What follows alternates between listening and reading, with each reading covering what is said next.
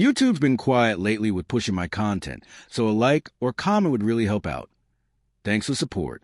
Maggie and Alex have been married for 3 years, though it felt like a lifetime, in the cozy way an old sweatshirt does. They met at a friend's wedding, bonded over bite-sized hors d'oeuvres and a shared edible, and within a year, they were slicing into their own wedding cake to the tune of a cheesy love ballad. Alex spent his days on the assembly line at the Ford plant. Maggie worked in a muted cubicle processing invoices, while the beige walls around her blurred the days together. Kids were a distant idea.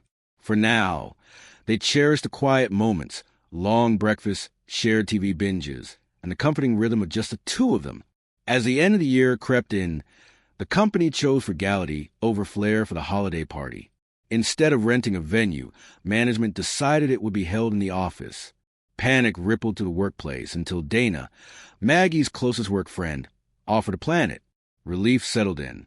Maggie, unofficially dubbed her assistant, scrolled through Amazon hunting for disco-themed decorations, while Dana groaned about how everything looked like a glittery disaster. Maggie just laughed and hit add to cart. One lunch hour. While Dana was out hunting for more decorations, Maggie dragged herself to the break room, fueled by 3 hours of sleep and a need for caffeine. As she poured her coffee, a smooth voice greeted her. Afternoon. She didn't have to look. It was Nick, the regional sales manager, with a voice that always lingered a second too long. Hey, Nick, she replied. For months, Nick had occupied a space between charming and inappropriate. Maggie knew she should draw a line, but part of her liked the attention. They chatted about the snowstorm that had turned the freeway into a frozen parking lot. Then Nick leaned a little closer. What are you wearing to the party? He asked. Can't wait to see you in something short. Maggie's face flushed. She stirred her coffee too fast, burning her fingers. Haven't decided yet, she murmured. Well, give it some thought. He winked and walked away. She sat there afterward, not sure she had just flirted or committed a quiet betrayal. A few nights later, she found herself in a boutique, holding up a little black dress that barely passed her thighs. Sparkly tights dangled from her other hand. When she showed Alex the outfit, his reaction was cautious.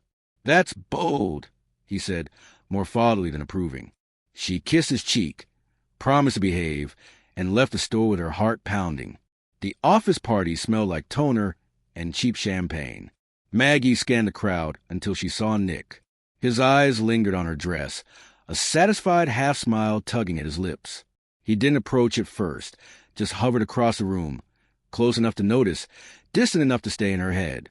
She filled the space between them with more champagne. Eventually, he crossed the floor. Dance, he asked. She nodded too fast. His cologne was intoxicating. They swayed through a slow song. As the music faded, he leaned in close. After party at my place. Just a few of us. You in? Who's going? She asked, her throat dry. Evan and Katie, he replied, with a knowing grin. Dana overheard and whispered for Maggie to call a night.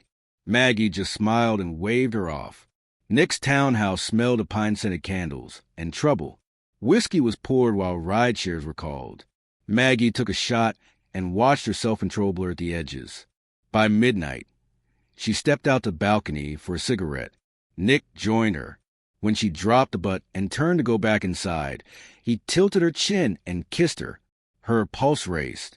They stumbled to the bedroom. In the dark, Maggie realized someone was already in the bed. Evan. His hand slid around her waist. If she had been sober, she would have run. But she wasn't.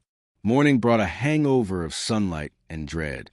She woke tangled between two men, the door wide open, her dignity nowhere in sight. She ran. At home, Alex was standing in the living room. His face was stone. It was 6 a.m. She had promised she'd be home by midnight. Mascara streaked down her cheeks. She didn't say a word, just bolted for the shower and scrubbed herself raw until the water turned cold. The next week, guilt clung to her like smoke. The office lights felt like interrogation bulbs. Dana avoided eye contact. Nick and Evan barely acknowledged her, and that hurt even more. One quiet Sunday, Maggie broke. She told Alex everything. The words spilled out with her tears. Alex didn't speak right away. When he finally did, it was soft and steady. "I saw it in your eyes that morning." She gasped. "I've been wondering if I can ever forgive myself," she said. "I want to try." She dropped to her knees, thanking him over and over. "Give me time," he said. But time turned into a maze. Alex tried. Maggie could see him trying. But the memory wouldn't go away. 2 years later, when she timidly brought up starting a family, Alex's eyes answered before his mouth did. The divorce papers came quietly.